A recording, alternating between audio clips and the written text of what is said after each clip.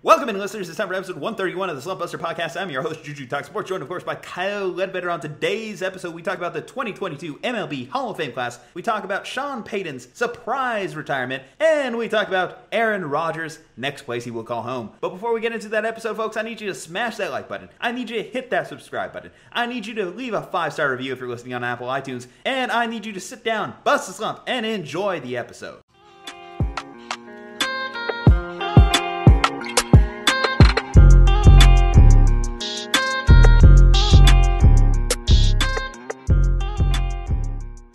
Kyle Ledbetter, would you like to discuss the grand return, the shocking announcement, or start things off on a Debbie Downer angry note? I would like to first begin this podcast by fully acknowledging here on the Slump Buster podcast. We did this on our post-game show, but I was right about the Titans. I told y'all I was right about the Titans. I would just like to get that out there in formal context. I was damn right about the Tennessee Titans. I told you they were the 6th best team in the AFC, and it might have been as low as 8 going into next season once everyone gets healthy. Well, technically, they'll go down as the 3rd best team, according to the official record books in the AFC. Yeah, sure. We all saw Bills and Chiefs. We know those are the 2 best teams. Well, if quarterbacks win and losses are a stat, then forget about Josh Allen. He's the bust, right? 3-3 in the playoffs. What a scrub. Wins are not a quarterback stat. Wins are not a quarterback stat. How weird is it that Joe Burrow is now in the conference championship? Lamar Jackson can't even sniff it. Lamar Jackson's a better quarterback. I don't think it's weird at all. I think Joey Franchise is the straw that stirs the drink or stirs the Skyline chili out there in Cincinnati. Honestly, I gotta be honest. I didn't know exactly where you were going at the beginning between the Debbie Downer and the shocking announcement. So I will defer to you on this to begin the podcast, because I'm not exactly sure where you were going with the Debbie Downer one. Well, the Debbie Downer one is we can officially say that Roger Clemens and Barry Bonds will not be getting inducted into the 2022 Hall of Fame class, as we only have one Hall of Fame inductee this year, Big Papi, David Ortiz. And as much as I would love to say that I am happy for David Ortiz, it just left me in a bummer mood because it's so hypocritical. I hate this current system that we have with the Hall of Fame voting. And yes, I have a personal horse in the race when it comes to Barry Bonds, but being a fan of the game, I saw Barry Bonds play. I saw David Ortiz play. David Ortiz was phenomenal, but the stats even back it up that he was half the player that Barry Bonds was. As great of a hitter as he was a designated hitter. He didn't play the field. Barry Bonds had 8 Gold Gloves, 7 MVPs, 3 times as many wins above replacement as David Ortiz. 3 times. I can make an argument he's 3 times the player that David Ortiz is. And it sucks that I almost have to make it that David Ortiz got picked over Barry Bonds, but seeing the 1-for-1, seeing them in the same Hall of Fame ballot and Barry Bonds trailing at 66% while David Ortiz on the first ballot gets 76%, I think it's a crying shame. And that's kind of what I mean about being a Debbie Downer from the get-go here. Well, no one, I think, is arguing that Barry Bonds' career stats are worse than David Ortiz. Like, we know the reason why Barry Bonds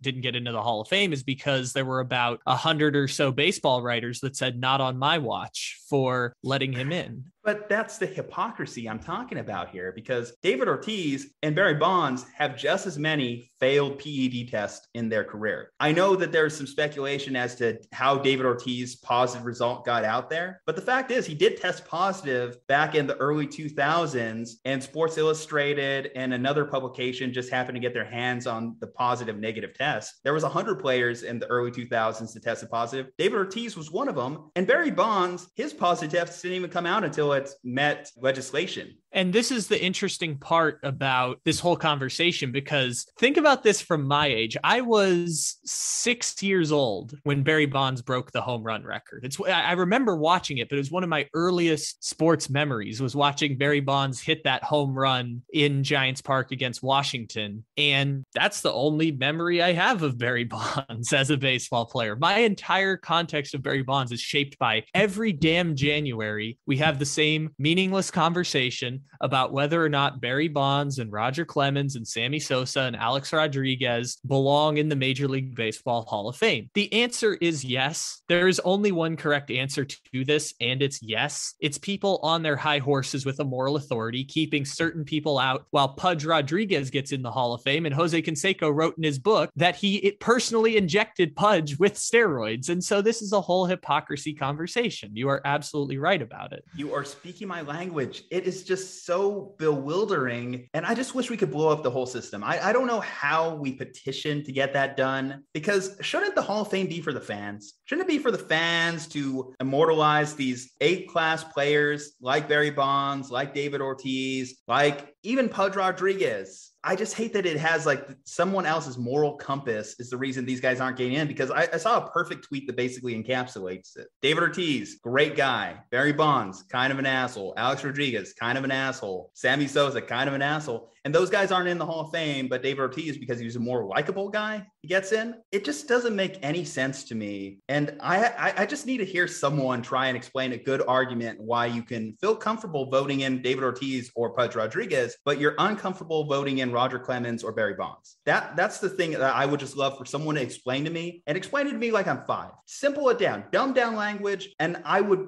very much appreciate it. But the fact that we're not getting really any answers, and I've seen a few people that have BBWAA votes come out and say, this is crazy. I can't believe this. Some of my other fellow baseball writers got it wrong, but I don't see anyone commenting below the reason why. So those guys are just staying silent. They're the silent majority here that are preventing players that deserve being there, and players that deserve being there before the speculation of steroids, because Barry Bonds had over 400 home runs before the year 2000 when he was first linked to steroids. 400 home runs, at least even 10 years ago, was good enough to get you in the Hall of Fame. Not to mention the Gold Gloves, the Silver Slugger Awards, the MVPs. The baseball writers didn't have any problem giving Barry Bonds 7 MVPs. They didn't have any problem selling papers in the late 90s when Sammy Sosa and McGwire were going at it head to head. But now when the bill is due, when it's time to pay up on all that work, all that ink, they're just left with a check that they can't sign. So here's the best piece of context that I can give you. And it's not great because this is a story that requires 2 hours of research and in-depth analysis to try and explain. But here's the best kind of explanation I can give for you. The Barry Bonds and Roger Clemens situation, they're 2 specific cases because they retired at the same time, but this includes Sammy Sosa as well, Alex Rodriguez, Manny Ramirez. They're people who had lesser stats than Barry Bonds and Roger Clemens who are not even getting close to the Hall of Fame. The case for Bonds and Clemens was just that Barry Bonds is undisputed the greatest baseball player ever statistically and by awards and all the things we measure. And Roger Clemens is the greatest pitcher in the history of baseball. And those 2 guys have the steroid connection. So they embodied a whole generation of steroid guys, whether it be Alex Rodriguez,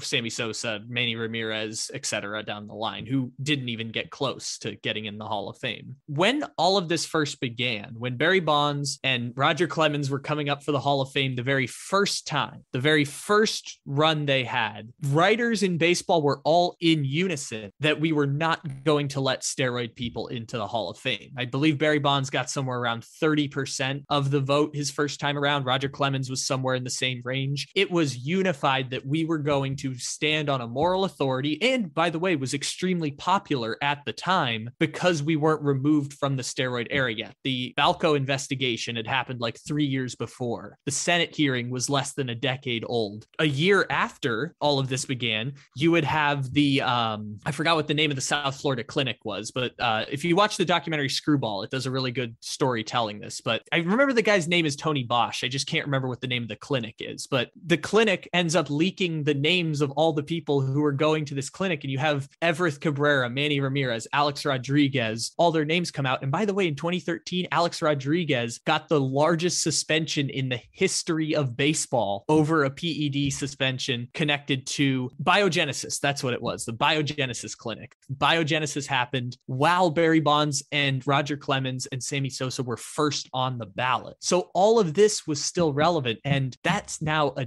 decade ago. It's been a decade removed from the last gasp of steroids, because steroids were done in baseball by this point. By 2008, 2006, it was being phased out of the culture of baseball. Baseball wasn't like the Tour de France where everyone was using it the way it was in the 90s and 2000s. It had been phased out. The people who got caught in biogenesis were people who were holdovers from the previous regime. And baseball started implementing a testing procedure and all of that stuff. And so those guys end up getting busted. And now 8 years later, we realized that we didn't ever really care. Like, we got outraged and got on our high horses about steroids, but but we didn't actually care about players using steroids. And for good reason. There's no reason that use of steroids and getting caught should prevent you from being a Hall of Famer when that's not exactly how steroids work. Steroids are not magic juice that automatically makes you a great player. That's not how steroids work. It just improves things like recovery time. Doctors give out steroids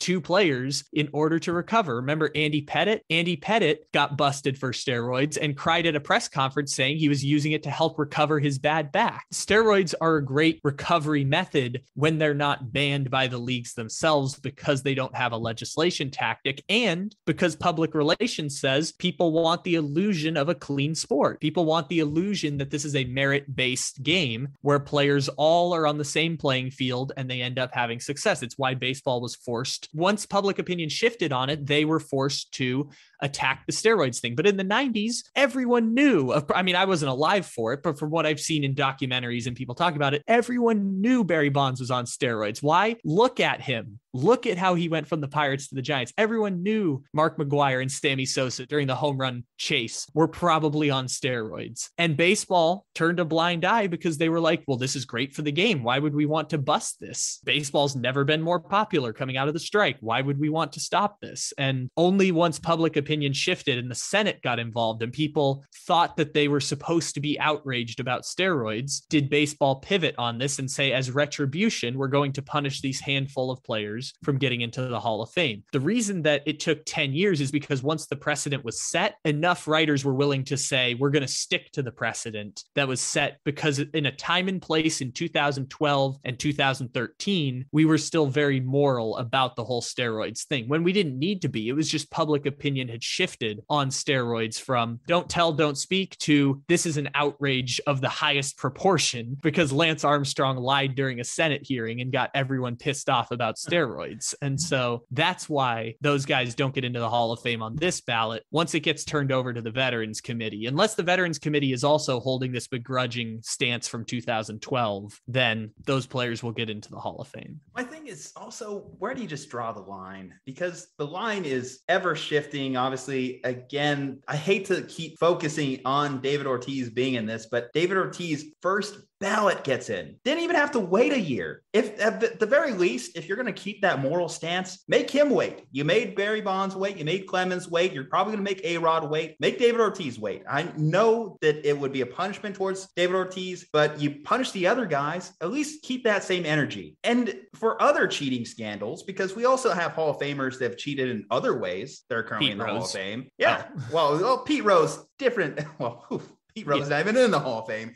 I was thinking more about Gaylord Perry. It was that threw the patent in spitball. We have guys that were constantly stealing signs. We're going to once again have this discussion probably in 10 years when the Astros guys are up for the Hall of Fame. There was guys taking amphetamines, which is a banned substance now, but wasn't in the 70s. And whether they benefited from the performance boost of taking the amphetamines or not, that's a very subjective standard, but they're in the Hall of Fame. You could say there's a subjective standard for steroid use even, because Marlon Byrd, I remember he took steroids or got popped for steroids, and the guy was ass. I think he hit under 200 in the year he got busted for steroids. Oh, gosh. There's a fun player on the 90s Cleveland teams who I'm not going to remember his name because I don't know 90s baseball, but basically he hit his career high in home runs was like 12, and then his contract year he hit 45 and then never hit more than 12 again. There's one guy like that that's somewhere in there. And there's going to be other guys, there's going to be other outliers to just slip through the cracks and have these one-off seasons.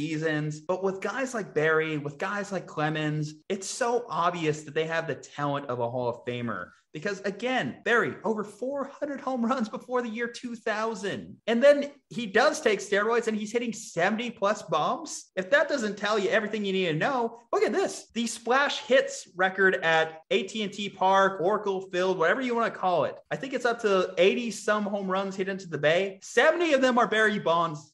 70.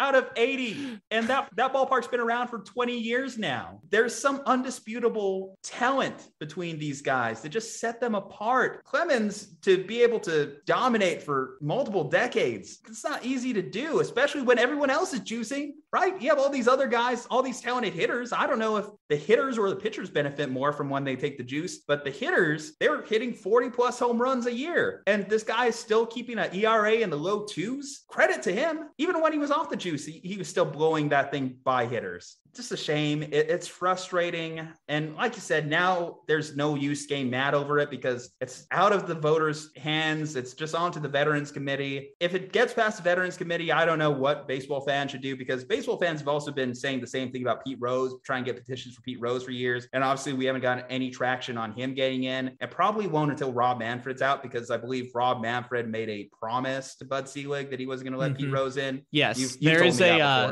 is an interesting case around this where Pete Rose, baseball is waiting for Pete Rose to die because all of the hypocrisies are out there. Like, baseball is taking money from BetMGM as a corporate sponsor for Major League Baseball. All the hypocrisies are there. It's just Bud Selig was willing to die on the mantle of, I will not let Pete Rose in the Hall of Fame. And part of Rob Manfred's condition of commissionership was, don't let Pete Rose into the Hall of Fame. So Bud Selig's going to have to die before Pete Rose for Pete Rose to have a chance of getting into the Hall of Fame. The point to all of this that you brought up that I wanted to circle back to that I find really fascinating is the case study of the Houston Astros, because we're going to see the classic case of history. If you don't learn from history, you're doomed to repeat yourself. That's what it is. The exact same thing is going to happen with the Houston Astros, where people are going to get on their high horse about the cheaters and they're going to try and deny people from the Hall of Fame. When I have said from the very beginning, when the punishments were first handed down, it was January of 2020. It was the day of the national championship in college football between LSU and Clemson. I remember this very fondly. From the day they said, Luhnow gone, Hinch gone, but players get the immunity, this was all about public relations. It was baseball fans were outraged by the idea that a championship may have been swung by sign stealing, when I'm not outraged at all that the Astros stole signs. This is now baseball having no enforcement mechanism for it. They exploited a loophole that baseball had no mechanism to enforce. Therefore, sign stealing should evolve to a point where baseball is using headsets like they do in football to communicate between a pitcher and someone on the bench. Like, that's the way that it should ultimately evolve in the sport, is that it shouldn't be you just try and punish the people who get caught. It should be you try to take an active approach to try and change the rules there. But I mean, it was more popular to be outraged at the Houston Astros for cheating. They did cheat. And some people, not everyone, are going to try and prevent Jose Altuve from getting in the Hall of Fame, or hold it against Justin Verlander, but Justin Verlander is going to get in easily. Or, you know, Carlos Beltran's eligible next year. Are they going to hold this against Carlos Beltran when he gets to the Hall of Fame? It's going to be the exact same thing again, making the exact same mistakes that we all, I mean, not all agree, but most people agree now. It's really dumb that we're leaving steroid users out of the Hall of Fame. If you want to be like concise about it, say they have to wait 15 years instead of 5 years if you were caught with steroids, as a way to delay the Hall of Fame thing. Yes, objective standards. I need some objectivity in this. I almost want stuff that takes it out of these guys' hands, that takes it out of the writers' hands, even takes it out of fans' hands. If we just had more objective standards for what gets you into the Hall of Fame versus what gets you out. If we're going to say if you're caught in any cheating scandal, then you're not allowed to be in, then fine. At least that's something. But we just can't have these areas of gray that keep being exposed yearly, or when we just look back at the history of baseball. Well, even the cheating scandal rule is super subjective, because again, the entire crux of the Houston Astros cheating scandal was everyone got outraged by the idea that the Astros stole signs in the playoffs. If that story had been out there before Jeff Passan and Ken Rosenthal picked it up, that story had been out there for 6 months. Nobody cared. That Astros cheating scandal story, I read the book by Andy Martino on this idea, was that Ken Rosenthal wrote the story in November of 2019, and baseball opened an investigation. That story was reported in January of 2019 and nobody cared that the Astros had cheated. It was only when Mike Fiers was willing to put his name on it that people actually started caring about this issue. This is all a moral authority thing, and it should not be held against any of those players at all because we don't actually care. This reminds me of the spider tack thing too last year. The fact that everyone got outraged and was baseball changed this, baseball fixed this, baseball changed and fixed it, and then everyone was still angry. I think this is probably just a self-hating baseball fan thing. I think that's what it really comes down to, if we're being honest. I think this is America as a whole. I think self-hatred is America's national pastime now. Baseball just basically needs some drama. And I guess this is the best thing we have from baseball. We haven't talked baseball in 3 months because baseball's on a lockout currently. And this is the introduction back to talking baseball headlines that we needed. Also, the thing that's interesting is it's very easy to do, is he a cheater or is he not a cheater? It's very easy to have an opinion on that. It's much harder to have my old man voice. You cheater, you damn kids. With your spider tack and your steroids. When I was young, we took the greenies. We had a bowl of greenies in the locker room and we took them and had my whiskey and my cigar as I saw Babe Ruth play across the street. I was playing stickball with the kids in the street. You should have seen me.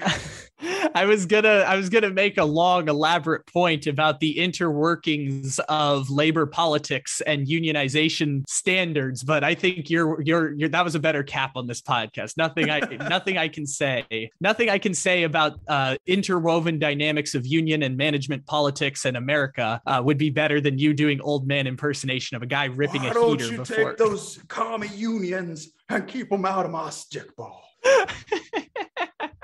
See, I can't top that. No amount of deep, nuanced conversation. And you know what? America agrees. This is a perfect point right here. What do people care more about? Deep conversation about the workings of labor unions and the decline of unions in America over the past 50 years? Or do they want to hear a guy do an impersonation of a guy ripping a heater before playing baseball in the 1940s after coming back from World War II? Where's my big Chief Tobacco?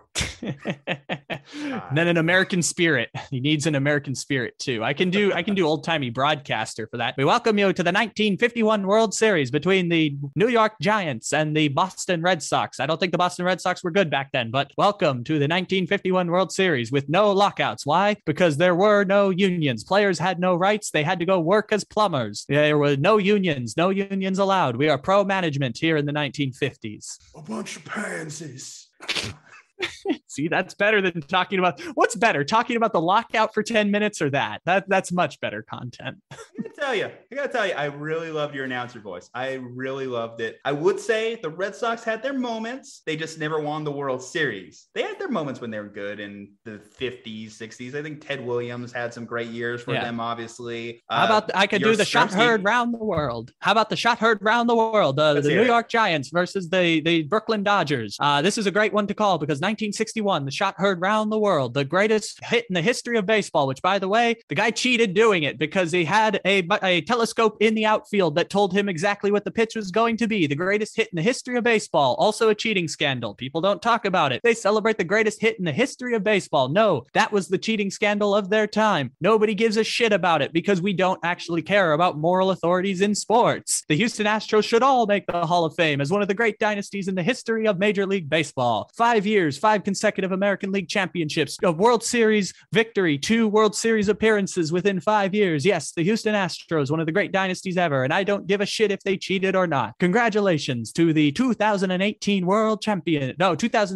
world champion Houston Astros. Back in my day, we had the telescopes, and we didn't have any of these fancy drones. They're going to have drones one day. That's going to happen, right? Eventually drones will be so small, like military drones will be so small that they can like circle right above the mound and be able to see it. That'd be a great one. But this is why we need the wristwatches. We need the headsets. So pitchers don't communicate with catchers. Put a headset in the catcher's head, put a headset in the pitcher's head. And then if you want to change the pitch, then you use the hand signals, but put headsets in both and let, like the NFL, let a coach call the plays and you can change the pitches down below. Now, will that make the game slightly longer? Yes. And that's not what baseball wants, but better than just trying to punish the cheaters and ignoring the problem. If you ask me, it's just those pansies like to paint their fingernails when they put down the old 1-2.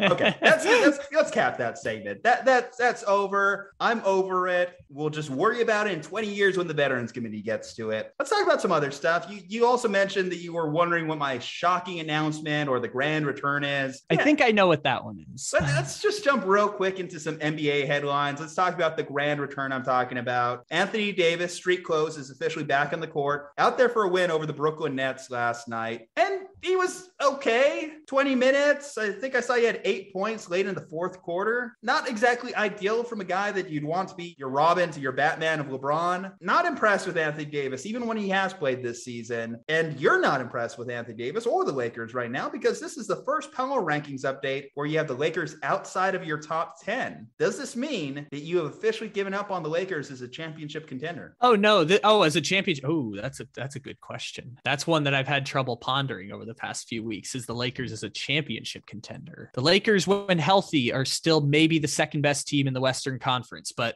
this is not a popular opinion to have right now, because even when the Lakers have been healthy, it hasn't exactly worked. They're going to have to retool the roster this offseason. They're not good enough to beat the Warriors. They're not good. They might be good enough to beat the Suns if the Suns lose a player to injury. Yeah. But the reason they're 12 right now is because this is the one chance you're going to have to do it, because the Lakers get Anthony Davis and LeBron back, and they'll maybe catch the Mavericks. They'll maybe catch the Nuggets. They're a better team than the Nuggets at this point. This was just a week where I was like, why not? Mavericks did really well. Nuggets did really well. Memphis has had like 4 straight weeks of winning basketball. So shout out to Memphis. I don't know what to do with them at this point. Can we talk about the Memphis Grizzlies a little bit? I know we started off talking about the Lakers, but I got to give some love to Memphis, because I really want to see Ja at the end of this month. I was looking at games in the nearby Texas area, and Ja's coming to San Antonio here in about 30 days. I'm bookmarking that one. I got to see this young man play, because Ja Morant is becoming one of the most exciting players in basketball. He's getting it done offensively. He's getting it done defensively. I think he brings a mentality to the Grizzlies, the old grit and grind Grizzlies. He's brought that mentality. It's kind of similar to Joe Burrow, what he brings to the Bengals. That's what I feel like Ja brings to the Grizzlies. Memphis is following the classic arc of an NBA team that drafted a generational star. Because usually when you draft a generational star, your team's really bad. Sometimes you have the worst record in the league and you get the first pick. In the case of Memphis, if I remember correctly, I think that year Memphis had the 4th worst record in the league, and then they happened to get number 2 in the lottery. I might be wrong a little bit, but they jumped a little bit in the lottery that year. So they weren't starting from, we are one of the worst teams in the NBA when they got Ja Morant, but they follow the classic arc of teams that draft a generational talent, which is first year, we made it to the play-in game. We lost the play-in game to the Blazers, but we were the 9th best team in the West because we have this young generational rookie of the year star. The next year, we got to the play-in game again, relatively same team, but this time we won the play-in game. We beat the Golden State Warriors. And then we got a first round series and we got smacked by the Utah Jazz, who didn't have Mike Conley. So we got to a playoff series this year. Maybe we'll win a couple games in a playoff series. We'll go to 6-7 games against Phoenix Suns or against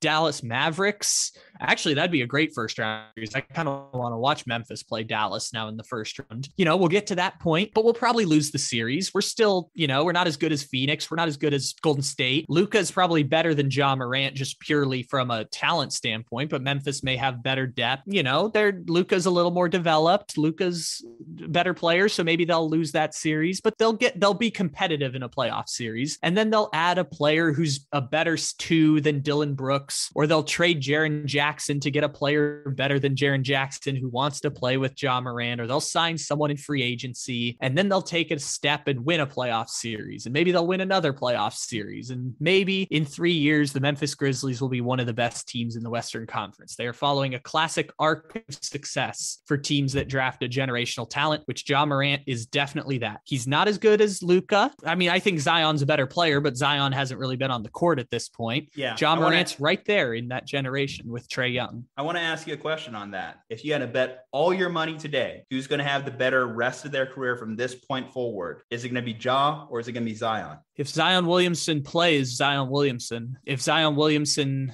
has chronic injuries, that changes the math. But if you can give me fully healthy Zion Williamson who has surgery and He's recovered in his knees. He's not overweight because we don't know whether he's overweight or not. Zion Williamson started in the All-Star game at 20 years old. So Zion Williamson is that dude. Like, Zion Williamson can do all of the Ja Morant things and also be 280 pounds. This generation looks like it's going to be the Luka Zion generation, the way that the generation right before is the Giannis generation. And then there's other great players like Jokic, MVP, might win 2 MVPs this year. Anthony Davis, Joel Embiid, amazing, great players of their era. Devin Booker, great player in this era, but they're not as good as Giannis. And that's because Giannis is 6'11" and can Euro step from the 3-point line and dunk basketballs. Like, there's no shame in not being as good as Giannis. So Zion, if you can guarantee me health, is better than Ja Morant. It's not by much. Like, this generation looks like, I mean, again, they're very young, so we're not 100% sure, but it looks like Luka and Zion will be competing for championships through the back half of the 2020s. Trae Young will maybe win an MVP. Ja Morant will maybe win an MVP. LaMelo's going to be very good, like perennial all-star. That kind of looks like what this generation is shaping up to be. It's a little early for a lot of that stuff because, anything can happen here. Evan Mobley looks awesome. He could be a perennial all-star. Jalen Green is awesome for the Houston Rockets, but I don't think any of those guys are as good as the players we're talking about here. And honestly, sooner or later, it's going to start a new generation. Once this generation starts having actual success, we'll start a new one with Imani Bates or Mikey Williams or whoever else is coming up through the high school ranks. We'll find out later. So I would say, a long way to answer your question, Zion, but it's not by much. It's like asking Jokic versus Anthony Davis. It's like both are very, very good. One might be better than the other, and it's hard to decide which one is which because sometimes it'll look like Ja and sometimes it'll look like Zion. But if you promise me health, I'll go Zion. That's just the podcaster instinct, the ability to kind of extend a simple question into a longer question. And that's why you're as good as you are. Flowers to Kyle Ledbetter here. Kyle, though, you do have the Nets at 3. That is a big change in your rankings because you finally pushed them up to the number 1 spot after trailing against the Warriors, after trailing against the Suns. They were finally number 1 in your last rankings update. Now they're 3 again. This, I assume, is strictly tied to the injury of Kevin Durant, but Kevin Durant's going to be out for another 4 to 6 weeks. How far can the Nets fall if it's 1.5 James Harden?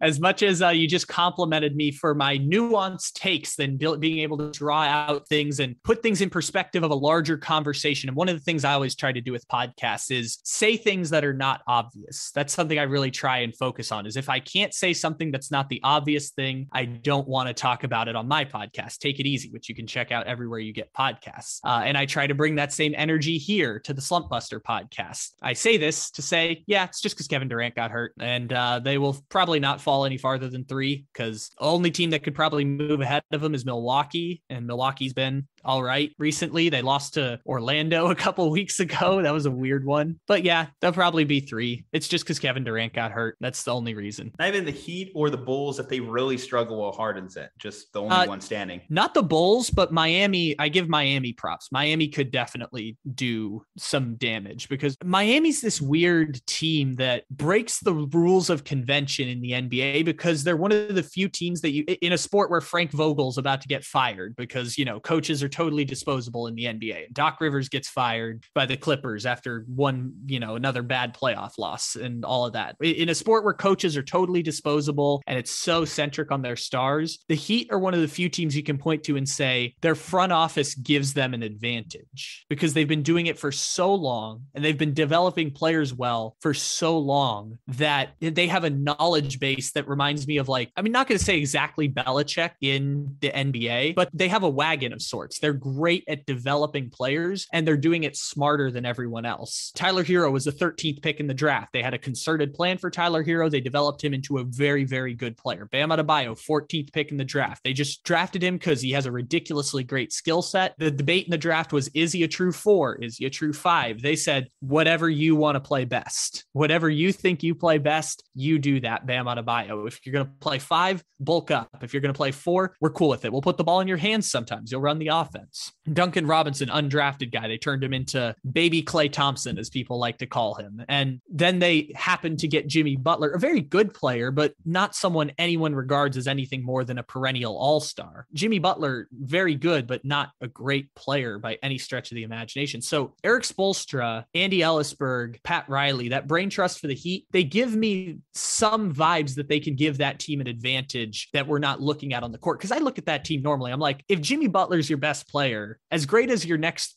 4 best players are, which Miami's next 4 best players are really good, like having Jimmy, Bam, Kyle Lowry, and Tyler Hero, very few teams can say they have 4 of the best 50 players in the NBA on their team. You know, the teams at the top winning championships are the only other teams that can really say that. The fact that they have that is good, but I think they'll ultimately come up short because of that. But 2 years ago, they made it through the bubble and got to the finals, and by beating the Milwaukee Bucks, I still think the Bucks would have came back in that series if Giannis hadn't gotten hurt at the beginning of game 3 when they were down 0-2. But even still, Miami has more of a chance than Chicago. That's what I will say. Miami has more of a chance of being that weird team than Chicago does. They would need either Kevin Durant or Giannis to remain injured to beat them in a 7-game series. But I do think that the Miami Heat are a weird exception to this rule. We kind of jumped around. We jumped off the Lakers, and I sent you a report that kind of got a little bit of a chuckle from you, but I feel as though might as well just mention it on this podcast because maybe some Philadelphia sports fans might have a little bit of hope of this happening. A anonymous Western Conference front office executive said the following: keep an eye on the Lakers, jumpstarting a rebuild. Genie and Kurt Rambis aren't particularly enamored with paying a soon-to-be 38-year-old $40 million. There's real traction of a Kawhi Leonard, LeBron James, Joel Embiid, big 3 forming in Philly, and there's mutual interest from all sides. Now, obviously, I kind of wonder who that anonymous Western Conference general manager is or front office executive is. The second part of that, wow, this just sounds like a fantasy world. The biggest big 3 that you could put out there, the outstanding defensive prowess of Kawhi Leonard, LeBron James just in general and his kingliness, and then Joel Embiid, who over the last 10 games has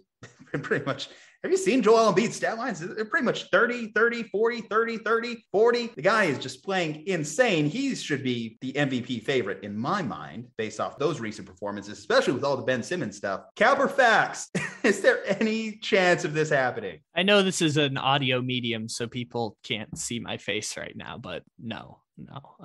No. This is one of those reports that you get an anonymous quote from someone who there's no evidence grounded in any of this. This is just a person saying, well, maybe the Lakers want to jumpstart a rebuild, so they're going to trade LeBron James to start a rebuild. It's like, well, that's a possibility. Yes, it is a possibility. It is a conceivable thought that it is a thing that can happen. It's not going to happen under any circumstances. The Kawhi Leonard one is a more fun conversation to have about him just not wanting to be on the Clippers anymore, because I assumed he was going to leave in free agency this offseason.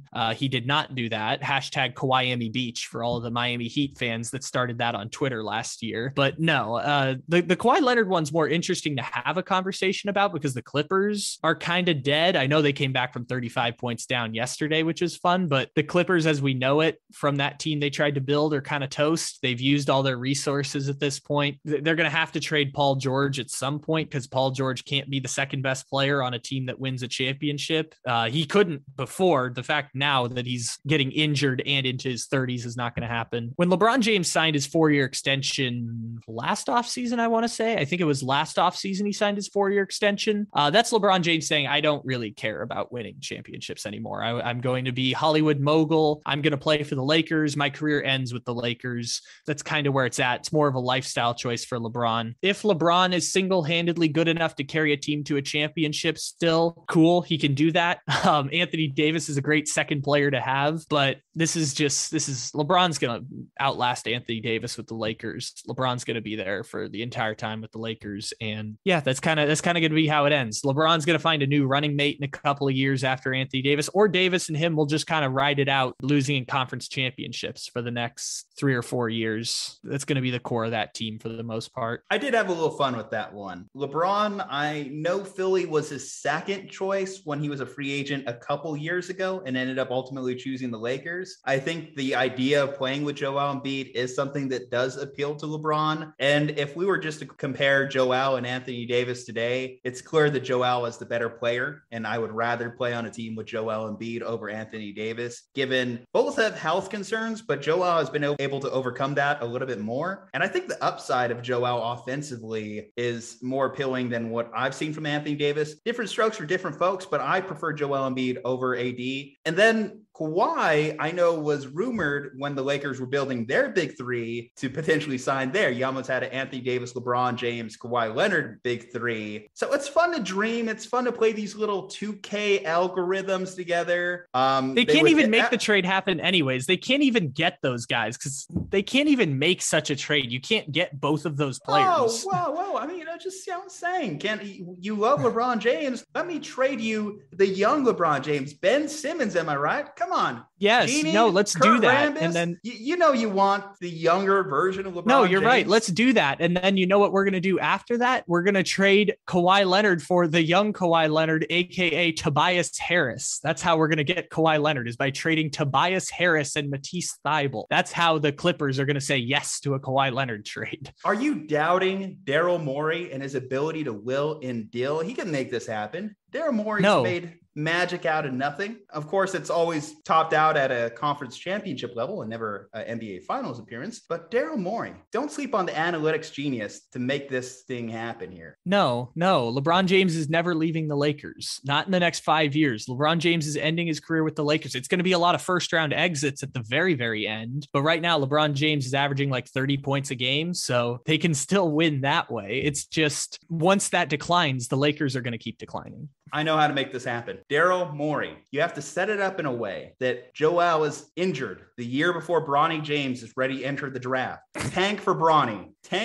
Let's get that hashtag going out there in Philly. That is the surest way to get LeBron James on your team here in the next couple of years. They're not going to even need to do that because Bronny ain't going to be a lottery pick. Sorry to Bronny, but he's going to probably be a second round ish. I know he's only in high school, so it's early right now. But Bronny is not a 5-star recruit, so not saying it's going to be that difficult to get Bronny James on your team. Man, what does that say about the seed of LeBron James versus the seed of LeVar Ball? I don't know. I mean, Michael Jordan's kids hated basketball, so I think it's just people will gravitate towards the things that the universe is meant for them to do. Or in the case of Bronny, your dad kind of pushed you towards basketball. And the fact that LeBron has been very open in saying, I want my kid to play with me in the NBA. I think that's kind of putting a lot of pressure on a kid who likes to smoke weed on IG Live every now and then. You know what? It's fine. But yeah, I don't think it's going to be that difficult for people to get Bronny. But that is LeBron's fault. He let him hang around J.R. Smith. He kept acquiring J.R. Smith. J.R. Smith is going to influence your kids at some point. Oh, well, I'm not even saying it's a bad thing. Like 16-year-old kids smoke weed. Whatever. It happens. It's just when you're LeBron James Jr., everyone is going to make fun of you for it. And that's why he goes by Bronny for that reason. Like it's to try and not be LeBron James Jr., but at the same time, probably not going to be an NBA star. But if a team leverages, we can get LeBron James in his mid 40s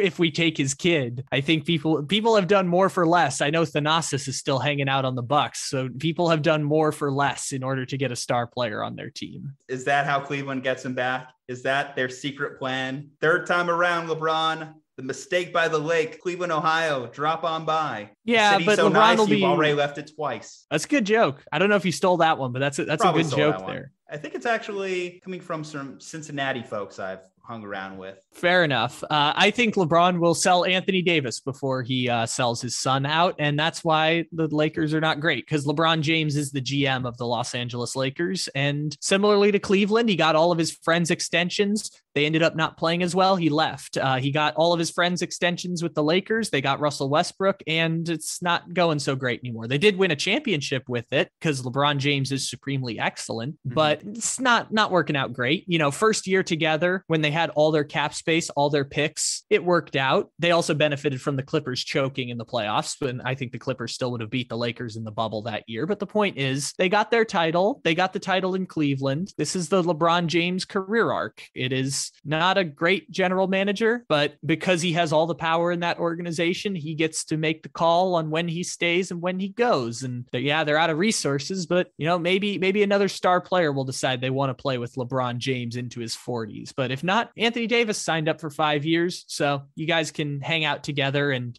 have Taco Tuesday parties and get bounced in the second round for the next few years as Anthony Davis tries to keep his body together. Well, 76ers fans are photoshopping LeBron James into their uniforms. Dallas Cowboy fans have been doing that for years when it comes to Sean Payton. And Sean Payton has retired, with quotation marks around retired, from the New Orleans Saints, from the head coaching profession. He's probably going to go into broadcasting for a year. But Kyle Ledbetter, to keep this segment going, cap or facts that Sean Payton will be the next head coach of the Dallas Cowboys after Mike McCarthy? I want it to be the Cardinals. I started that 2 weeks ago that the Cardinals should right now trade for Sean Payton, like call the Saints and trade for Sean Payton. But I don't think that's going to happen at this point. I've heard some reports that say he's under contract for 1 year and some that say he's under contract for 3 years. So I think regardless, someone will have to trade for Sean Payton, but it's not like it's that big of a deal. When Sean Payton retires, his value goes way down. So like the Saints will maybe get like a 6th round pick for him if anyone does want to hire Sean Payton down the road. But Sean Payton probably stays retired. That would be my guess. And he probably doesn't become the next coach of the Dallas Cowboys. I would say he will only leave for the perfect job. Like unless money. I mean, money could always swing things and he goes to coach a terrible team that's willing to pay him a lot of money. But I think Sean Payton waits for the perfect job. Is Dallas that? Possibly. But I would say no, Sean Payton will not be the next coach of the Dallas Cowboys, to answer your question directly. But he lives in Dallas. His kids go to school in Dallas. He vacations in Dallas. Isn't it just meant to be? He was part of the Bill Parcells coaching tree that took place in Dallas. In fact, the Cowboys may have been better off firing Bill Parcells and hiring Sean Payton instead of hiring Wade Phillips. Would they have already had a Super Bowl had that hiring have happened? What do you think? Does Des Bryant catch that pass?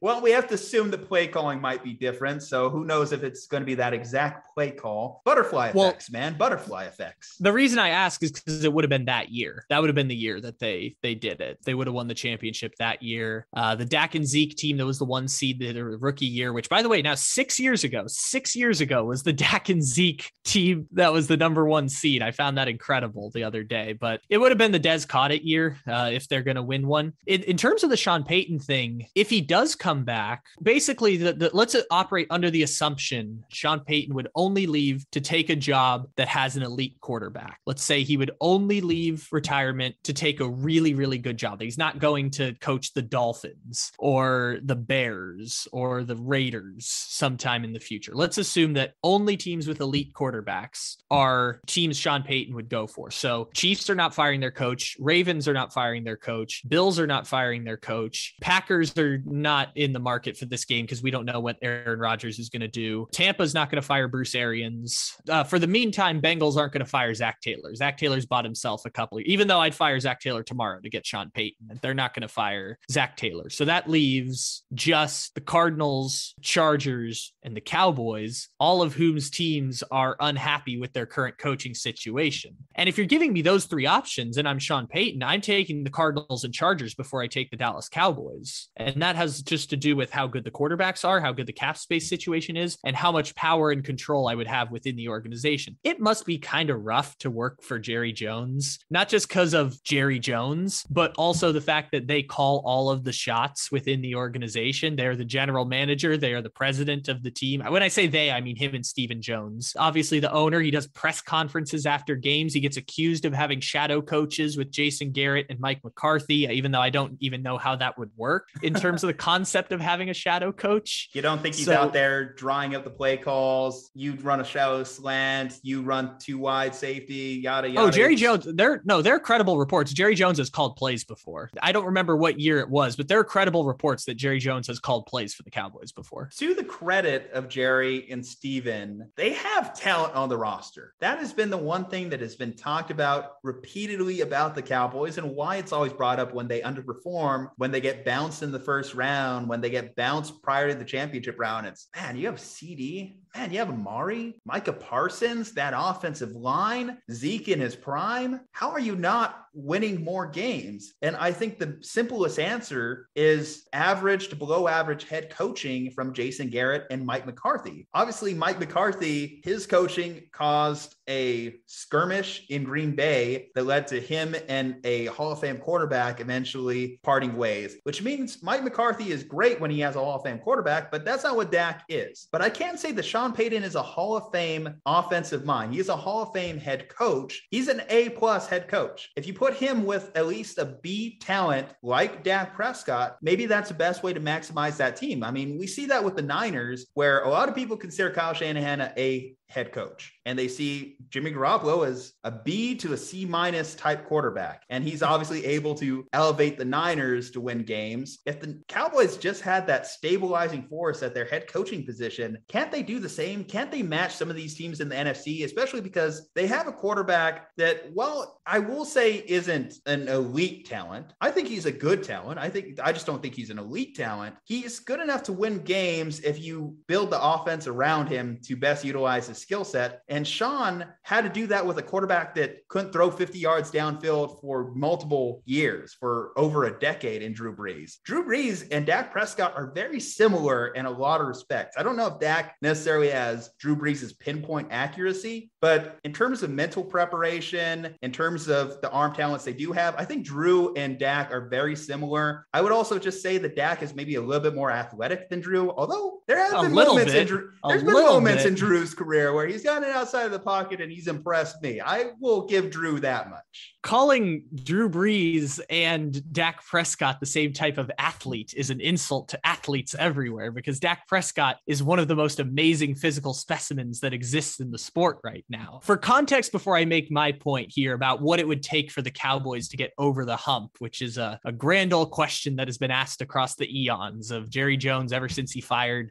Jimmy Johnson and hasn't been successful since. Do you, Juju Talk Sports of the Slump Buster podcast and Slump Buster YouTube channels, do you think Kirk Cousins is better than Dak Prescott? Oh boy, that's a tough one. That's a toughie. I think he is. I think he is ever so slightly, but I do think that they are definitely in the same tier. I think the big problem with Dak, how he's talked about and how he's paid, should say that he is closer to Patrick Mahomes than he is to Kirk Cousins. Do you think Matthew Stafford is better than Dak Prescott? That one I battle with, because I'm only getting this 1 year sample size of Matthew Stafford outside of Detroit. Do you think that Russell Wilson is better than Dak Prescott? Yes. That's the only one I can say for sure. Yes, absolutely. Do you think Kyler Murray is better than Dak Prescott? Yes. Do you think Justin Herbert is better than Dak Prescott? Yes. Okay, that tells me exactly where you stand on the Dak Prescott thing, which is slightly lower on him than I am. So I always do quarterback tiers every year. My tier 2 is basically Russell Wilson, Kyler Murray, Dak Prescott. There's one more I'm forgetting in there, but I can't remember who it is right now. Joe Burrow, Justin Herbert. I kind of see what direction you're going with. I would say, though, I do like the Cowboys roster as a whole more than I like the Cardinals roster and more than I like the Chargers roster. So my point to this is having a tier 2 quarterback in the NFL, which, as I listed kind of quickly off the top of the head, Justin Herbert, Joe Burrow, Dak Prescott, Russell Wilson, Kyler Murray, Tom Brady's also in this group, but Tom Brady's kind of his own category because Tom Brady's very confusing as a quarterback. I'd put Tom Brady as like 2.5. Tom Brady kind of operates on his own rules, but say Tom Brady's in this mix just for the sake of the conversation. Having that guy is good enough to get you in the playoff conversation. In a weak NFC East, win the division every single year because no one else in the division has a strong quarterback or a strong quarterback type equivalent. So the Dallas Cowboys, even though they were the 3 seed this year, were really the 4th seed in the NFC and lost a wild card game against a very good, now we know, 49ers team. You asked the question, what do the Cowboys need to succeed? The Cowboys have been quite successful relative to the standards of the NFL. Of when you look at, I mean, yeah, they've won 3 playoff games in the last 20 years or whatever it is. But when you look at teams in the AFC, there's like 8 teams that didn't win a playoff game for 15 years in the AFC. And so you said the Dallas Cowboys have very talented players. I mean, you could list Zeke Elliott, even though he's getting older, Amari Cooper, CeeDee Lamb, Micah Parsons, Leighton Vander Esch, 2 Hall of Fame offensive linemen, Tyron Smith and Zach Martin, like Trayvon Diggs, throw him in the mix too. So now the way the Cowboys get over the hump is instead of just having great players, you have great players and cap space. That is the way that you get over the hump when you are in the position of the Dallas Cowboys. It's like, how do the Cowboys get better? They have great players. Now you need great players and you need cap space. The great key for the San Francisco 49ers, who are the great exception of the last 5 to 10 years of being great while having a piss poor to average quarterback, is the 49ers got the best defense assembled on rookie contracts since the Legion of Boom. Fred Warner, rookie contract still. I know he just signed an extension, but this year he's still under the rookie contract.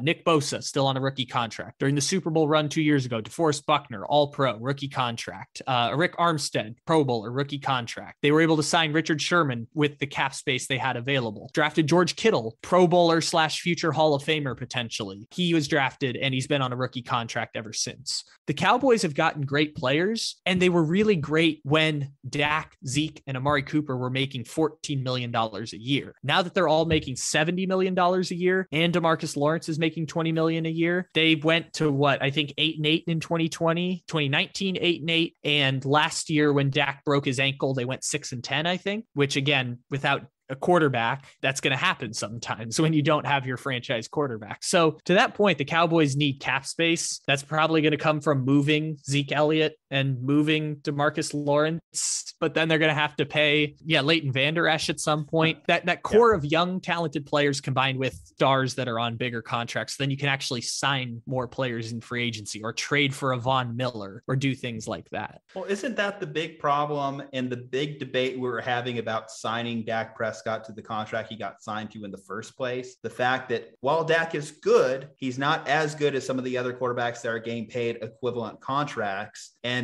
down the road, when it came time to pay some of these other guys, you weren't going to be able to keep them around. You weren't going to be able to keep the best offensive line in football. You weren't able to keep some of these offensive playmakers like Amari probably in a year or two. The fact that you were just going to have to lose talent at other spots on the roster to appease the fact that you had a quarterback. And is that quarterback a true difference maker in the NFL? Is he Josh Allen? Is he Patrick Mahomes? Or is he, as you mentioned, Kirk Cousins or Jimmy Garoppolo? I would say when you say we were having that conversation, I think a lot of people who cover the Dallas Cowboys with more intent than I, aka First Take, Sports Center, Undisputed, name any show that drives ratings from the Dallas Cowboys. Yes, they were having a lot of Dak Prescott conversations. I think the questions were fair, but I think they were more fair about Ezekiel Elliott and Amari Cooper than they were, especially Ezekiel Elliott, but they were more true about those guys than they were about Dak Prescott, because yes, Dak Prescott is making $40 million,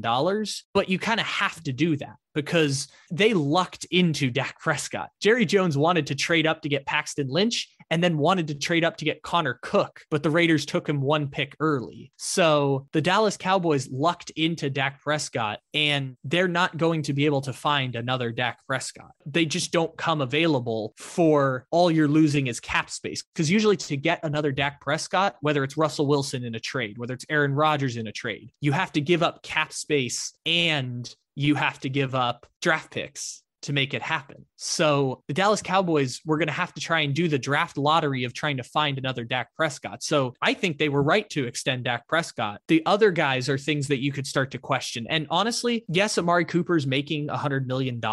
It was the right move to get Amari Cooper and then to draft CeeDee. It makes their offense totally unstoppable. They could interchange the running back board. It's pretty clear now. Like Jerry decided when we said you can probably only keep 2 out of the 3 between Dak, Zeke, and Amari and still field a competitive roster.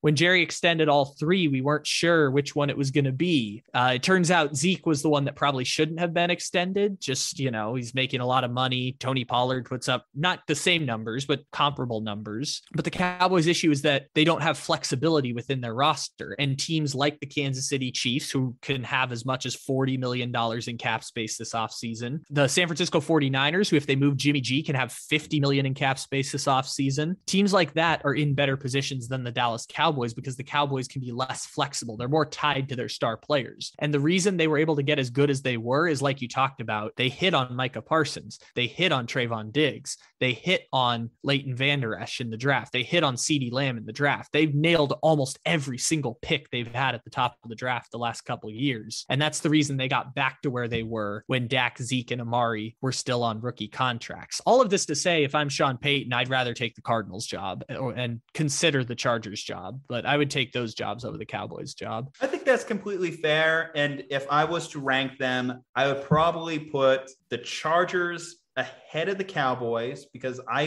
trust Justin Herbert long-term more than I trust Kyler Murray long-term. Then I'd probably go with the Cowboys and bank more on their roster. Then I would go with the Cardinals, which I think has the worst roster. And I'm still unsure about Kyler. I know that he's a guy you've definitely bought into, and I can understand why you would. There's a lot of things to like about Kyler Murray, but the last 2 seasons definitely concern me. I just look at the late season collapses, and I don't know if having the right coach would fix all of that, if it's strictly a Cliff Kingsbury issue. But I would be hesitant to accept that job if I'm Sean Payton, as opposed to the other 2 jobs we're talking about. I might even be more tempted to take, dare I say, Jacksonville and see what I got in Trevor Lawrence, then go to Arizona, because at least with Jacksonville, there's the possibility of having a truly generational talent at quarterback that might just be marred by the worst franchise in professional sports, possibly in the Jacksonville Jaguars. Well, we're having this kind of fantasy discussion, though. Let's talk about some other fantasy discussions that are getting talked about. Aaron Rodgers played a game this past Saturday and lost to the San Francisco 49ers, which has brought upon a lot of speculation as to his future with his current organization, the Green Bay Packers. Now, on Pat McAfee's show, he said that he would not drag it into free agency, that the Packers would know prior to then what he wants to do with them long term. So I will commend Aaron Rodgers on that one, actually. I think that's actually a more adult way of going about things than I've seen from Aaron Rodgers over the past 2 years since Jordan Love has been drafted. Obviously, we've had discussions on Aaron Rodgers. He's not my cup of tea, but I can understand why people gravitate towards him. And he is charismatic in some ways. He is obviously an elite talent. With that said, the team that has been most closely linked to Aaron Rodgers, the Denver Broncos. The Denver Broncos that have already had John Elway as part of their organization and ended up pulling over Peyton Manning in free agency are going after another late 30s quarterback with a Hall of Fame resume and Aaron Rodgers stepping into that division. We talked about how good Justin Herbert could be in the long term. We know how good Patrick Mahomes is as you rock his jersey. How would Aaron Rodgers do in the AFC West? You know, what's kind of funny, I just connected the dots real quick here, is the fact that when we were talking about the Sean Payton situation, what were the things that all the teams we threw out had in common? The Jaguars, the Cowboys, the Cardinals, and the Chargers. What do all those teams have in common besides possibly franchise quarterbacks? They all have inept ownership. All of them have terrible owners all across the board. I saw that Michael Bidwell personally took away the playoff game checks of the coaches on that team, which is an absolute abomination that would be allowed to have happen. That is a terrible job by Michael Bidwell and the Cardinals. And all of that to say, Aaron Rodgers seems to have a theme of wanting to go to teams with no owners, because the Packers have no owner. They are publicly owned. They have a CEO. Denver Broncos have no owner right now. John Elway is basically the owner of the Broncos. If you've read this story right now, it's really incredible, where the owner dies. Part of the family wants to sell the team. Part of the family wants to keep it in the family at this point, and no one's really a trusty person at this point, so they trust John Elway to basically make decisions for the team at this point. So John Elway is basically the owner of the Broncos at this point. That would be an absolute tire fire if Aaron Rodgers went to the Denver Broncos.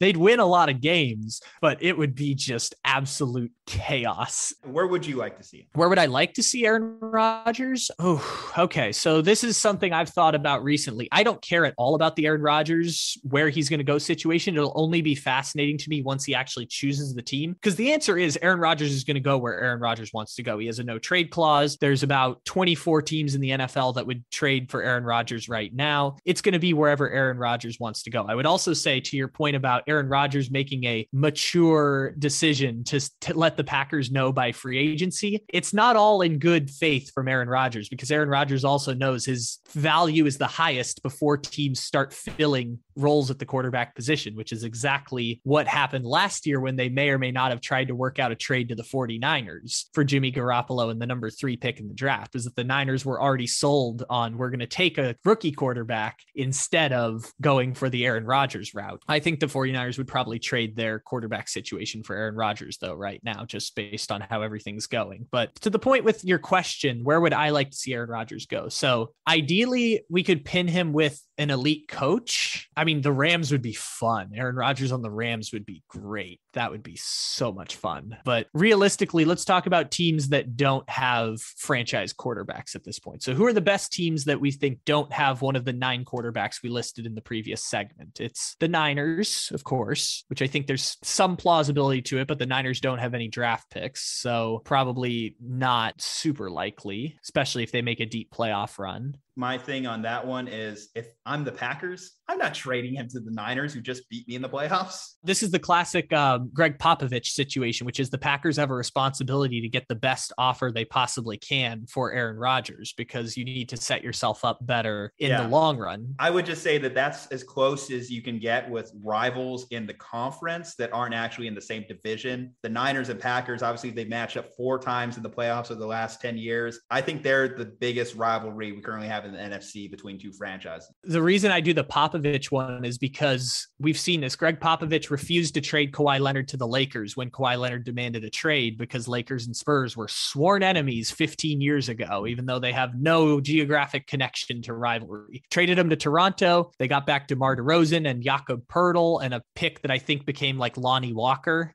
So they took less to send Kawhi Leonard not to the Lakers, and now the San Antonio Spurs are crap because they took less to send Kawhi Leonard to somewhere that wasn't the Lakers. The Packers have a responsibility to get the best they can at that point. So Niners are the best team without a quarterback. The Titans were a great team without a quarterback this year. I think the Titans make more sense for Russell Wilson than Aaron Rodgers, but that's about as southy as you can get outside of Jacksonville if you're Aaron Rodgers. Patriots would be great for Aaron Rodgers. I would want to see that. You know, that's a fun thing to think about. You mentioned a possibility there with Jacksonville. Aaron Rodgers, Trevor Lawrence today, just straight up. Does that make sense for both franchises? I'm keeping Trevor Lawrence in that respect, but that's just because I'm enamored with the unknown in that situation. Like the Jaguars are not ready to win. I would keep Trevor Lawrence only because the age thing is that if Trevor Lawrence does end up being great, and if you're picking any quarterback in the NFL right now who's not an elite quarterback, that's going to be an elite quarterback, Trevor Lawrence is probably your pick. I'd ride it out with Trevor Lawrence just because. I would not ride it out with Mac Jones though. I would most certainly cut Mac Jones tomorrow if you told me I could have Aaron Rodgers for even 2 years, because Mac Jones ain't it. Sorry, Mac Jones. Who else is LaFleur and Shanahan? They love that type of quarterback, though. Obviously, Shanahan was tempted to draft Mac Jones. Would that actually be a perfect trade partner? Mac Jones, Aaron Rodgers. Send me a couple more things, Bill, and we're okay here. I thought they wanted Jordan Love. I thought the whole point of this was Jordan Love is going to be your quarterback now. Like, I don't understand what the plan is. I think they've given up. I've talked to multiple Packers fans over the last week after the loss, and they've all pretty much told me they've given up on Jordan Love. And because Jordan Love will never be as good as what Aaron Rodgers has been the last 2 years, and that's fine. He was never going to work out that long. I know. I think they've seen enough from the games he has played. Granted, he's only played a couple games this season to play the preseason games. I guess he didn't impress anyone. He didn't impress anyone on the Packers staff last season, as he couldn't even pass Tim Boyle on the depth chart. I'm going to say Jordan Love is just mobile Mac Jones at this point. That's what I'm going to call him. So sure, you could do that if you want. Who else are good teams that don't have quarterbacks?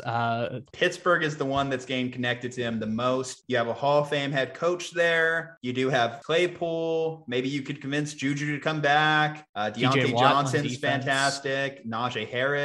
You have a good defense. You would just be entering the AFC. And I think this is a big part of it. In the NFC, he's kind of the big dog for quarterback, because the quarterback talent in the NFC NFC is not even close to the quarterback talent in the AFC. We talk about him going to the Broncos, playing in the same division over the next 3 seasons, 5 seasons, however long he's there with Justin Herbert and Patrick Mahomes, and maybe Derek Carr surprises you a game or two. That is not a great formula for consistently making the playoffs, consistently getting the number 1 seed, being able to win a championship, because you're always going to be in these dog fights week in and week out, and the other teams around you just don't lose, or at least good for 10 wins. I know the Chargers obviously weren't a playoff team this year, and we'll see what happens with their head coaching situation, as we talked about in the previous segment with Sean Payton, but it could be filled with landmines, your schedule, if you go to that spot. When it comes to going to the Pittsburgh Steelers, you have Lamar and you have Joe Burrow. So you do have some games in there that do potentially pose some issues. You're not scared of Cleveland because they don't even know what they're doing at the quarterback situation. You could throw Cleveland in here. The problem is I don't think that Aaron Rodgers would go to Cleveland willingly. No, he wouldn't. But I also don't think Aaron Rodgers thinks the way that you're thinking right now. I don't think Aaron Rodgers cares who his opponents in the division are. I mean, it certainly makes an impact. It should matter. If I was making this decision, I would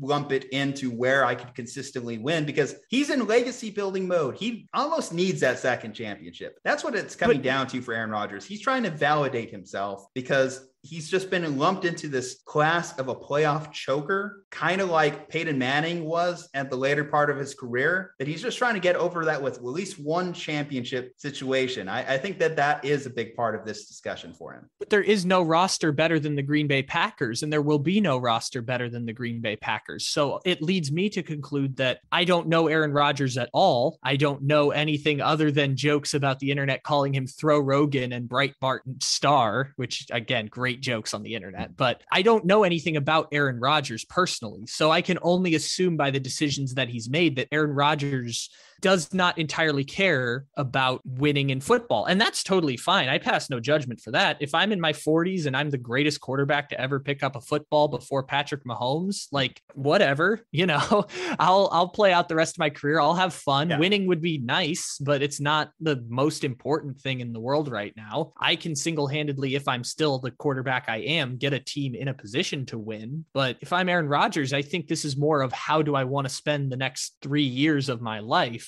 and have say about who I play with, and see if I'm a shadow general manager that I can win a championship, or I can build a better team than what the Packers are doing, or whatever Aaron Rodgers' priorities are. I don't think he cares that much about who he plays along the way, because he's Aaron frickin' Rodgers, and he should be able to, he's proven time and time again, he can beat any of the teams that he goes up against. It's the same thing as the argument I make with the Chiefs is like, yeah, they have to play the Chargers and they have to play the Raiders for the next 5 years, but they're the Kansas City Chiefs. Like, they have the greatest offensive coach in the history of football and the greatest quarterback. So it's pretty hard to compete with that. They'll beat anyone they play. True, but you would say his record has been padded, at least over the last couple of years, by playing in the NFC North and facing those hapless teams. So it should be a part of it. It should be something that you at least consider, because I do think that legacy is a big part of this equation. And I think Aaron Rodgers is so calculating that he's thinking about every possible scenario, about every possible landing spot, and saying that he doesn't want to stay in Green Bay. I think it's just more so the optics of ceding to Green Bay and my way or the highway when it comes to Green Bay, that I think that he's been there too long. It's just time for some change. He's going to find the next best spot. If he can't find that exact roster that he has in Green Bay, he's going to find that next best spot. That's not Cleveland, because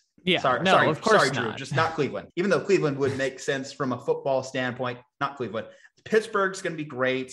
Denver's not going to be great. Denver's going to be okay. You get Cortland Sutton, you get Jerry Jeudy, you got a decent running game and enough on defense. But I think the changes at head coach and general manager and owner are, like you mentioned, very concerning. I guess if we're going to power rank this, I'd probably put Pittsburgh as the number 1 spot he can go. You agree with me on that? The Rams would be number 1 for me, but I don't think the Rams would do that. I kind of hate that he did end up there, only from this aspect. And as much as I would hate it, obviously head to head in the division each and every year, I hate it because I predicted he would end up there. I thought that was going to be the move before Matthew Stafford ended up getting traded there. Burned my prediction. I would also say the Raiders are one that I threw in there. So if not Denver, the Raiders were one that made a lot of sense to me. I think the flashiness, the access to the media, the glamour of Las Vegas all sound like very appealing things. And at the time too, I thought it was going to work even better when John Gruden was there, I thought that would have made sense from a coaching to quarterback standpoint if he would have went there at that time. Not knowing what their head coaching situation is also concerning. But again, if they go flashy here and they got Jim Harbaugh, I like that. I kind of like that. Give me Jim Harbaugh and Aaron Rodgers in the same locker room. I think that could be a very fun, headlines-driven team. You really believe in your boy Harbaugh. You really believe in your boy Harbaugh. I believe in Jim Harbaugh. I believe that he goes to the Raiders. They're contending year in, year out. I'm not saying that they're winning Super Bowls. I'm not saying they're in the AFC Championship game year in, year out. I'm saying that they're contending. They're not an easy out. They're going to be a team that will bite kneecaps, bite ankles, bite your face off. If Jordan Love can't beat out Derek Carr, that's going to be so sad. If that's what ends up happening there. Matt Campbell is budget Jim Harbaugh. I like that. I like that. I call Matt Campbell Dan Campbell. Either way. Oh, I thought you were talking about the coach at Iowa State. That would be even more accurate, I think. I think Matt Campbell he's got 3-ring binders. We're pulling up to games. I think that, Pish posh, all the same thing. Either way. Matt Campbell also turned down $59 million from the Lions. So shout out to Matt Campbell as well for rotting away with 7-5 Iowa State. Congratulations on that. Okay. So we're saying similar things to what a lot of experts and pundits are saying, that the Steelers, the Raiders. Oh, I don't know. I disagree with the Steelers one. You disagree? I don't like the Steelers. Okay, well, where is your favorite for him besides the Rams, which we know is obvious fiction? 49ers, but that one's difficult as well. That one, like I said, the rivalry aspect is part of this. I do think that there is also, would we trade Jimmy back to them? Would we trade Trey back to them? Do we keep Trey? Is he okay with Trey, but he hated Jordan Love? What is Aaron Rodgers thinking if he decides to accept the trade? I think the Niners are down. I think they're obviously open to the idea because they tried to trade for him last Niners year. Niners are DTF. They DTF. Is it DTT? Down to trade? Down to fling? How about that? Down to fling? Yeah, sure. The Niners are DTF with Aaron Rodgers. That's what's going on. I think that they're going to get cock blocked by Brian Gutekunst. And that's funny. Lil Goody, I believe, is also one of his nicknames. I think they're going to get blocked in that one. One of the things that you thought was interesting is the optics of the situation with Rodgers, because the last year would suggest Aaron Rodgers cares less about the optics of his situation than ever before. Because Aaron Rodgers was always he treaded the line sometimes, but Aaron Rodgers was in this transition between Peyton Manning and Tom Brady being the faces of the league, going to George Bush's State of the Union address, and the new generation of quarterbacks that are fun, flashy, and often not white. And so Aaron Rodgers was always kind of the corporate guy for a while. I think if he stays with the Packers, it makes him look weak. I think that's what I mean with the optics of it, because he made all this noise and yet he's still staying in the same place. I think it almost makes him look weak. And Aaron Rodgers likes the power. He likes to have hand in the situation. That's why I just don't see him sticking around, because it would make him look weak and also petty. I think if Aaron Rodgers came back to the Packers and then said, I evaluated my options and I decided that this made the best football sense for me, and so I decided to run it back with my boys, I would respect that. But the thing, I respect whatever Aaron Rodgers does, because ultimately, who am I to tell Aaron Rodgers what his priorities are at this point? If he doesn't want to, you're Kyle Ledbetter. Give yourself some credit, man. Come on. You're Kyle Ledbetter. But I'm also not a person who should judge anyone's decisions in these situations. Aaron Rodgers is the greatest quarterback to ever pick up a football. I've already named you the moral arbiter of the world. Just accept your title and tell Aaron Rodgers what he should do or shouldn't. Okay, let's see. If I'm Aaron Rodgers, and again, I don't know this is what Aaron Rodgers wants, but if Aaron Rodgers wants to transition from being the greatest quarterback in the history of football and use that platform to become a voice for libertarian politics in America, and honestly become the voice of libertarian politics in America, then football is kind of just a nice little thing that's along the side. And maybe he wants to be a GM. I thought that was always the reason for Aaron Rodgers, was that he wanted more say in decision making. And we talked about LeBron earlier. LeBron's been the shadow GM of the Lakers and Cavs for the past 8 years. Yeah. So Aaron Rodgers would get that level of power if the team was willing to cede that to him. And maybe that's a requirement for trading for him in the first place. But at the same time, maybe no team is willing to sign up for for that. Or if they're signing up for that, they're compromising a lot on their part. And in all honesty, they're probably not a well-run team if they're willing to sign up for that, because maybe Aaron Rodgers is better than this, than people who are overly qualified to navigate salary cap spaces. Or maybe Aaron Rodgers just wants to be able to go to his general manager and say, can you get me that guy?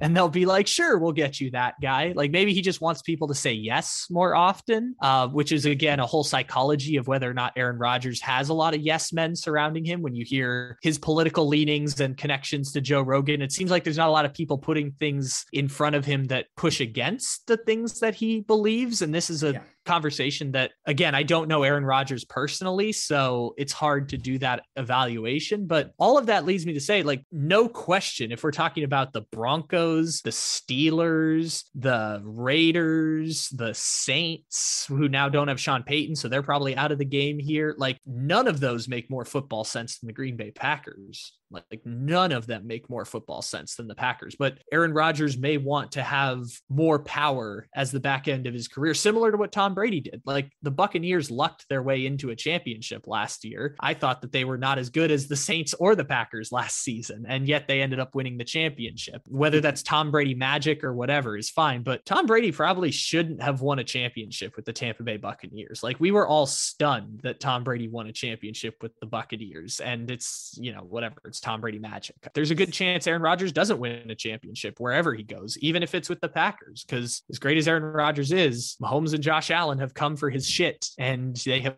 probably taken it from him at this point. And it's also very cold in Green Bay in January. And all of that to say, I don't think there's anywhere Aaron Rodgers can go that guarantees him a championship, but the best place to do that would be Green Bay. And Aaron Rodgers is not gonna do that. I'm not enthralled by the process of figuring out where it is, because I don't even think Aaron Rodgers knows what he's going to do at this point. And that's the part that's really difficult to figure out. Well, when we do get that final verdict on where Aaron Rodgers is going, whether he's staying, we'll be happy to talk it here on this podcast. But Kyle Ledbetter mentioned the name Tom Brady, and like saying Candyman into a mirror 3 times, mentioning Tom Brady on a podcast deserves a response. And the question simply is TB12 or TB on the shelf? See, it rhymes, you son of a bitch. You made me have to come up with a rhyme this afternoon because you were not enthralled with TB12 or TB done or TB12 and TB gone. So TB12 or TB on the shelf, cap or fact, is Tom Brady retiring this offseason?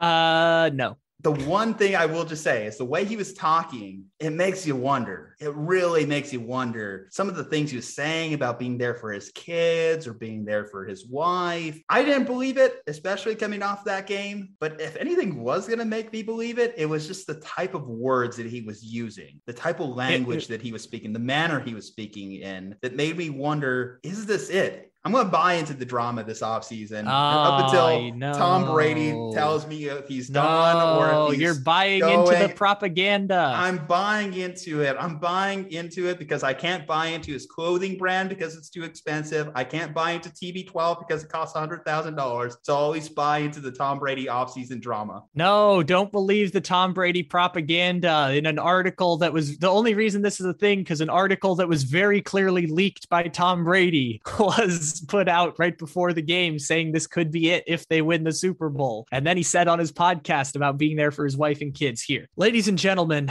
if you are listening here, this is something we do on the Take It Easy podcast. There's a drinking game where every time I say I have read the Seth Wickersham book about Tom Brady, Bill Belichick, and Robert Kraft, you need to take a shot. So go grab whatever drink of choice and take a shot. I have read this book. Tom Brady came to this realization 8 years ago when Giselle wrote him a letter that said that I am putting my life on hold for your career and you need to be more present with our family. And they had a real heart to heart. And that was when with the Patriots, Tom Brady started skipping voluntary OTAs. And Tom Brady has never been back to voluntary OTAs since that happened, because Tom Brady needs the extra time to commit to his family in order to keep his marriage together. And this is a trade-off that a lot of people do. You give away certain things in order to trade off for other things. Tom Brady trades off extra work at football in exchange for being present with his family. He's been doing this every year for 8 years, which is every year he has the conversation with his wife and his kids about being there during the offseason season, being more present, and during football season, that's his love. Because Tom Brady loves football more than anything in the world. Like, it's very clear that Tom Brady loves football way more than he loves his wife and children. Like, the fact that he's willing to keep doing this,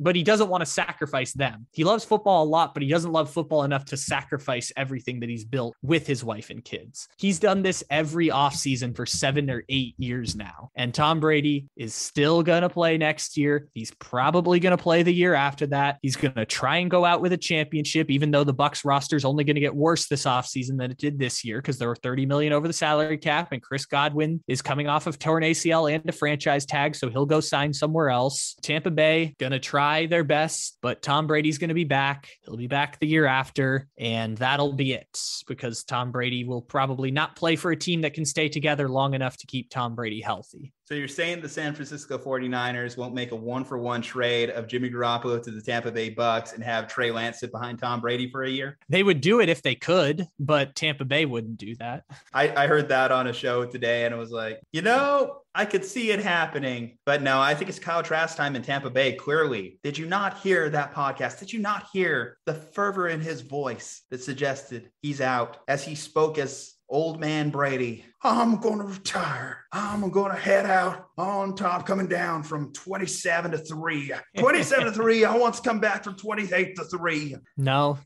Let me tell you about my perfect situation going in this offseason. If in an alternate universe where Tom Brady decides that he values his wife and children more than football, in an alternate multiverse where Tom Brady has decided that he wants to value his wife and children more than football, Tom Brady retires. Tampa Bay Buccaneers are scrambling. They need something to keep this window alive while they have a chance. And they overpay a ridiculously large amount for the Carson Wentz experience. That is my perfect end scenario for this entire situation. Madness, I say. Carson Wentz or Kyle Trask, decisions out there in Tampa Bay. Okay, guys, that was Teddy a little Bridgewater. longer. That was a little longer than I was expecting to go, but I'm happy you stayed along with us for the ride. We have some outstanding game previews that I want to recommend before we close out on this. Go ahead and subscribe to our channel if you want to see that. Hit that bell icon. At Slumpbuster Podcast on IG, at Slumpbuster Pod on Twitter. Like this video. Comment below your thoughts on the show. Leave a 5-star review if you're listening on Apple, iTunes, or hell, even leave a 5-star review if you're listening on Spotify. They're doing that now, so go ahead and drop that review. From Judy Tag Sports, Kyle Ledbetter, stay safe, happy, and healthy, and enjoy championship weekend as we're 2 weeks away from the Super Bowl, folks. We will see you next time.